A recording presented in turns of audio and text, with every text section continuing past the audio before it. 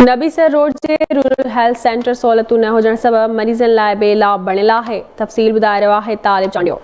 नबीसर road RHC centre गरीब मरीज़नि लाइ बेलाभ बणियलु आहे। न मुकमल डॉक्टर आहिनि, न लेडी डॉक्टराणी आहे। टे डॉक्टर आहिनि जेके सिर्फ़ टे कलाक ड्यूटी करण कॾहिं ईंदा आहिनि त कॾहिं कोन ईंदा आहिनि। उन खां सवाइ दवाउनि गोरियुनि जी तमामु घणी खोट आहे। एम्बुलेंस कागज़नि में लखें रुपयनि जो तेल ऐं मरम्मत सबबि लखें रुपया खाई वेंदी आहे, पर इमरजेंसी वारे मरीज़नि लाइ अक्सर ख़राब हूंदी आहे या टायर पंचर हूंदा आहिनि। एम्बुलेंस जो गवर्नमेंट तरफ़ां ड्राइवर बि मुक़ररु कयल नाहे, सुई पर एम्बुलेंस हलाईंदा आहिनि। RHC सेंटर नबीसर रोड में परे खां ईंदड़ थकल ऐं बीमार मरीज़नि खे पीअण जो साफ़ पाणी बि नाहे मिली सघंदो। गदिलो पाणी पीअण सबबि वेतर बीमार थी पवंदा आहिनि, जंहिं करे मरीज़ सख़्तु ॾुखाइनि खे मोह ॾियण ते मजबूर बणियल आहिनि।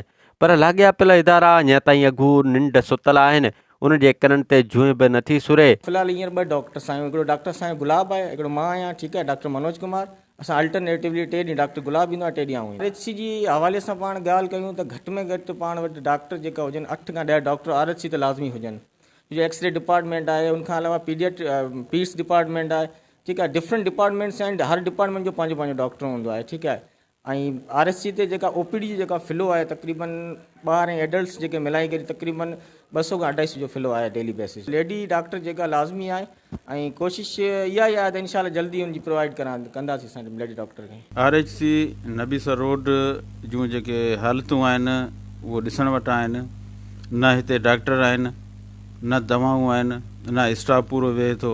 ऐं जेके डॉक्टर जिन जूं ड्यूटियूं हिते आहिनि उहे पंहिंजूं क्लिनिकूं पिया हलाइनि ऐं हिते अचण लाइ तयारु कोन आहिनि। उन जे करे असीं वज़ीर आला सिंध खे इहा अपील कंदासीं त हिन तरफ़ ध्यानु ॾियनि ऐं जेका वज़ीर सिहत आहे अज़रा पेचियो साहिबा, उनखे बि असीं गुज़ारिश कंदासीं त RHC नबीसर जे हवाले सां उहे अचनि, कॾहिं विज़िट कनि, कॾहिं डिस्ट्रिक्ट उमरकोट जे इस्पतालनि जो विज़िट करे ॾिसनि त हालतुनि जी उन्हनि खे ख़बर पइजी वेंदी। असांजे इस्पताल में को डॉक्टर आहे ई कोन। जॾहिं को डॉक्टर ई कोन त पोइ इस्पताल में ॿी कहिड़ी शिकायत करूं? मरीज़ खे चेक करण लाइ को डॉक्टर असां वटि 17 ग्रेड जो या 16 ग्रेड जो को आहे ई कोन। हींअर हाणे आउं पंहिंजो भाइटो खणी आयो, मोटरसाइकिल जो एक्सीडेंट थियो आहे, ट्रीटमेंट करण लाइ मिड़े वीचारा दवा कोन्हे जी, दवा आई कोन आहे अञा। कल्ह न 2 ॾींहं आयासीं, जे सुभाणे न परी ईंदी, अॼु आयासीं त चए सुबुह जो ईंदी। हली हली असांजा तरिया खजी विया हलिया, बाक़ी पैसो आहे कोन जो शहर में दवा वठूं।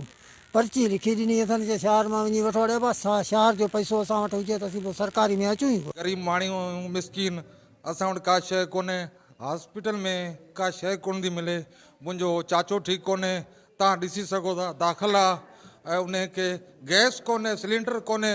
ऐं डॉक्टर साहिब सां ॻाल्हायोसीं, चए थो असां पंहिंजे पैसनि सां वठी था अचूं, असांखे केरु बि ॾियण लाइ तयारु कोन्हे। लिखाया असीं वेठा असांखे का शइ कोन थी मिले। डॉक्टर असां पुछा ई कोन था करे, मटका वेठा आहियूं, न कहना का शइ कोन्हे। मरीज़ आहे पुछे कोन था, को तपास करण जा सुई बुई लॻे ना। कैमरा टीम सां गॾु तालिब चांडियो, आवाज़ TV न्यूज़, नबीसर रोड।